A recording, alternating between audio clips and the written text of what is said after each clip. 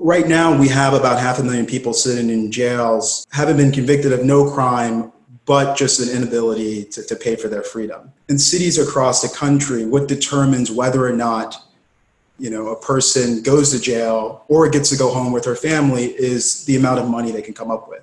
Growing up as a kid in Hartford and seeing school buildings falling apart, where was that money? That's, in my mind, the same money that built these magnet schools could have maintained the neighborhood schools. That same money could have put resources into the neighborhood schools. And that, because that didn't happen, it's upsetting.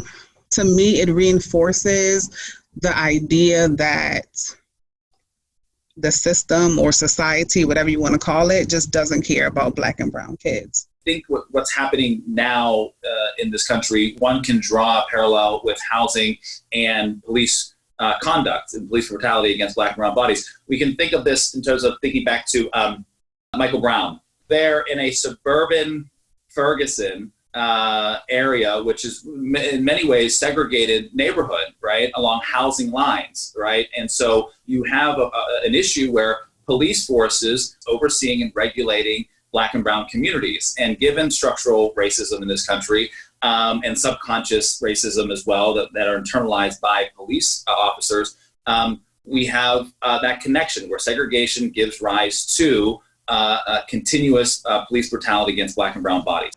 The communities that are the safest in our country are not the ones necessarily with the most police, but it's actually the ones with the most resources, in my view.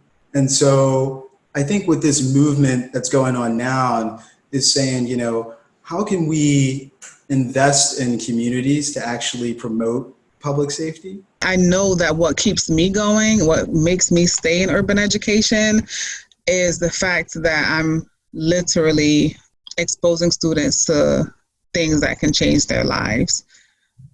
And that's what keeps me going. But I think I would urge all students to get as proximate as they can to the suffering around them and do uncomfortable things. I think the liberal arts for me was incredibly important. There was no criminology courses at Holy Cross, but the idea to interrogate, take an argument, pick it apart, come up with rebuttals, but also just reading, I think was also really important. I would encourage Holy Cross students to be men and women for others, right? That's our motto or mission anyway. So do that in whatever field it is that you go into. And if you choose urban education, my God, hold on to that. Identifying your passion early and then working within, all the amazing opportunities that you have at Holy Cross to cultivate that passion. And every step of the way, as I mentioned, whether it be the Fulbright, whether it be practicing law as a lawyer, whether it be now as a law professor and as a congressional candidate, you can see a direct trajectory line back to the work that I did intellectually at Holy Cross.